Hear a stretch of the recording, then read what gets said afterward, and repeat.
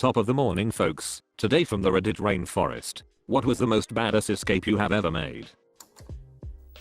One of my greatest college moments was a lucky escape. I was having a really malarkey day and was waiting for the city bus after a rough day of classes. I just wanted to get home, get my buzz on and game a little bit. I was waiting for the bus on a one-way street. Before the bus got there, himself with 3 frat guys had pulled up and they had their window down and were making fun some guy at the bus stop. It's been 8 years maybe, so I cannot remember exactly what they were saying to him, but I think he was foreign, possibly an exchange student. But they were blowing this guy a whole lot of malarkey. As I mentioned, I was already having a bad day, and these guys caught me at the wrong time or something. I'm not confrontational, and I have never been in a fight in my life, but at this moment I was heated. So the light turns green and the guy riding shotgun is hanging out the window and talking malarkey as they drive away. In a moment of blind rage, I picked up their nearest thing to me, which ended up being a half-drank Starbucks coffee from that morning or something, and sidearmed this thing right at this car. And well, not you know it. It was a direct hit on this guy as they are driving away.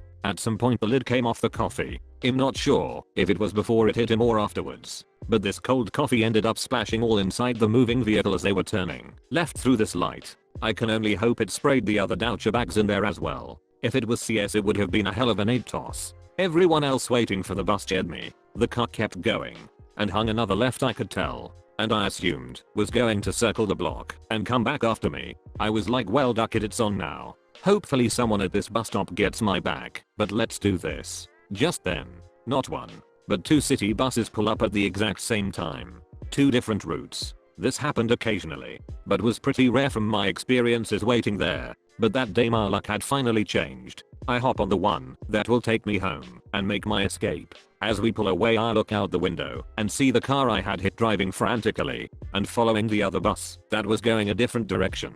I can only hope that they followed that thing for every stop it had waiting for me to get off and wasted another couple hours of their time. It was truly one of the greatest moments of my life. One night, we had firecrackers. A lot of firecrackers. Around 4 AM. We decide to go to the local elementary school and light them off. We're going crazy, having so much fun with it, when my friend remarks, "You know, this kind of sounds like we're shooting guns." At that moment, a police cruiser pulls into the parking lot. He flashes his lights once. We all bolt. We start running through the field and over fences. I look over the fence and notice that there were 3 cop cars. Stopped. They seem to be talking to each other. 2 of them leave with lights flashing, and 2 officers get out of the other one and start bolting towards us. We run fast. We figure the cops will head towards the road, so we run parallel hopping fences until we can go away from it. At one point, the cops were gaining, so we split up. 1 cop followed each group. I headed towards a large park. Suddenly, I hear growling. The biggest ducking dog ever. It's looking at me. It's angry. I freeze up, and the cop catches up to me. He's coming towards me when I say, "Jude, no, there is a pit bull right there, and it is not happy. It'll come with you. Just do not make any sudden movements." We begin to back away. Slowly, the cop motions me towards a gate. I go first, and he stands guard. As soon as I'm out that gate, I bolt again. I felt bad, but the cop was not going to catch me. There was no way he could move fast enough to not piss off that dog. I got away. The cop was really pissed. I could hear him lumbering around while I hid in some trees swearing. Around 15 minutes later, he finds out that some of my friends are cornered and goes to help them out. One friend got caught and charged with a misdemeanor. He ratted noon out. Good times. Back when I was 19, I went to Disney with my family. I'm the youngest of 4 children and all of my siblings and their so's were of age. So my brothers and sister decide to take me to downtown Disney one night in the hopes I can party with them. One of my brothers pulled the sneak the ad under the table when our waiter at some restaurant was checking ages. It worked, though I do not think we fooled him. I think he just gave me a break. Here I'm 19 in downtown Disney with the will to drink as much as I want in this particular bar. So naturally we start hammering car bombs. I'm plastered within the hour and my siblings, and I end up at this club with a revolving dance floor. My sister-in-law decided that she did not want to drink anymore, so she took off her bracelet and hacked it onto my wrist, which worked, and I was getting served at the revolving floor/club. Next thing I know, I'm dancing with the hottest girl in the place. I'm a bit of a nerd, so this is pretty new to me at the time. We are dancing away. I have a drink in my hand when I feel this strong grasp on my shoulder. Disney police. May have been a security guard, I have no idea. To this day I was trashed. My hacked bracelet had fallen off and this guy's asking for my ID. I tell him I do not have it on me and he said I had to go with him to the Disney police station. I do not know where this came from, but the following words came out of my mouth: lead the way. The cop/guard took my words too seriously and led the way. I immediately did a 180 while ripping off my hat and shirt. I had an undershirt on and stuffed them in my pants for a quick disguise. You know that song where everyone gets in a line and the singer is going to the left, right step now. I do not know the name of it. Well, that song is playing and the whole club is dancing in tune to it while I'm moving my way through the crowd on a revolving floor while a malarkey ton of security guards/police officers are looking for me. This goes on for a couple minutes before one of my brothers finally finds me and helps me to a side exit. I told him to hold on and I merged back into the line dance to score the hot girl's number. I escaped with the number and 7 years later her and I are still together. So I'm a sophomore in college and the school year is just starting out. In my philosophy 101 class I notice a cute girl sitting behind me giggling a bit with her friends. When I would turn around I noticed her playing all bashful ... Too easy, right? We talk a bit after class and I say I'll meet up with her the following Tuesday and I hope she has a good weekend. I figure ... Why rush this ... I have all semester. So it's a few nights later ... Saturday night and I'm straight nerding out on some Baldur's Gate 2. As I'm trying to start a romance with Jahiria, my buddies are knocking on my door. Dude ... We gotta go out. Rugby house is throwing a party ... Blah blah blah. Now I was known to throw back a few brews, but I was also known to play a malarkey load of video games and right now the latter seemed to be winning. But then a thought clicked ... What if that girl, let's call her Ashley, is at that party? Am I going to let some other guy hit on her? Duck that ... I'm going to go to this thing literally on the off chance this girl is at the party. Whatever. Me and my boys brigame and hit the road. As soon as we walk up to this party, which was ducking happening by the way, I see her ... on the balcony. Solo cup in hand. Duck yes ... We immediately hit it off and chuckle at the serendipity of the situation. Now for the escape ... I pull the line. I'm going to head back to my place and kick on a movie ... Wanna come? Obvious. But worked. We get back to my place and 5 minutes into Donnie Darko we are ass naked doing what college kids do best ... We fall asleep and she gets a phone call. Went a bit like this. Ashley, hello. No, I went home. With a friend ... What? Oh my god ... Yay, okay ... Bye. I ask her what happened. She said that an hour after we left the party a dude who had left in a rage came back with a gun and shot 3 people ... Killing one. I looked at her and the only thing I could was that my penis just saved my life. To sum it up, I ducked out to a party to go make it with a girl an hour before some cat shot the place up. Okay, so I was at a college football game visiting my sibling as a teenager. I was drinking quite a bit since this was a college that had excellent tailgating. Also, I had brought a bag of weed with me. I do not know why I brought a bag of weed with me besides the fact that I was smoking with friends before tailgating. Anyways, my sister was able to find me a student ID so that I could sit with her and my friends who attended the same college in the student section.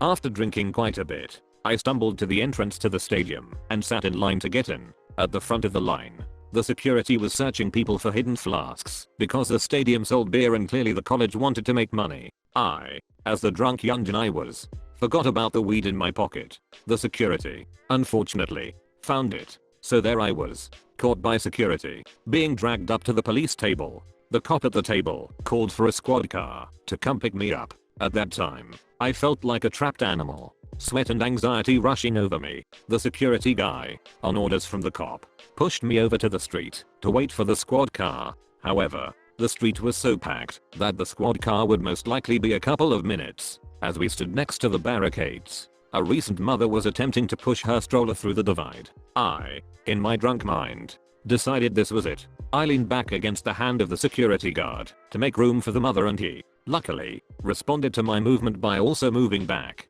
As soon as she made it through the barricade, I jumped the divide and ran faster than I had ever run. I sprinted through the crowd, weaving between other drunk fans, hearing their remarks as I passed, knowing that the security guard was behind me but losing distance. I made it through the first rough patch, ripped off my sweatshirt, and continued. I slowed as the alcohol began to take its toll on my endurance, but was cheered on by a couple of drunk guys who yelled, You can do better than that. Encouraged, I picked up speed, rounded a corner, and dove between some parked cars, waiting to see if the security guard had made the distance. Luckily, he did not. After a couple of minutes, I stood up, shaking like hell, and walked across the street off campus. I then proceeded to violently throw up what seemed like the past couple days of food behind an apartment building. To this day, I try to imagine what went through the security guard's head as he chased this drunk kid for a couple of blocks. I sometimes wish I could talk to him about what was a very significant action in my life. How he felt,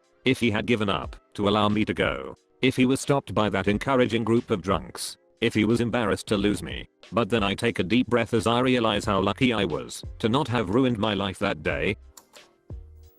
Back when I was in high school, I was dating this girl. We'd go back to her house after school and have some fun together quite often. The house is a two-story house with a door to the front driveway down in the basement hangout area, and a front door about 5 to the side and 5 higher, middle of the 2 floors. Away from the basement door, we're down in the basement having fun, and her mom comes home. Well, actually, there's a window and we see her shadow walk by. Malarkey takus. So I scramble to get ready while her mom is fumbling with the keys to the house. I put my hand on the basement door knob and wait for her mom to start opening the front door. The doors are visible to each other and both make a lot of noise. I had to time this perfectly. I time it and perfectly open the basement door as the front door opens. Her mom is opening the door and walking in and does not notice the other door open as I exit. I then closed it. When she closed it, I hid behind her car in the driveway for about 5 minutes and then came back up to the front door as if I was just arriving. I have that memory burned into the back of my mind.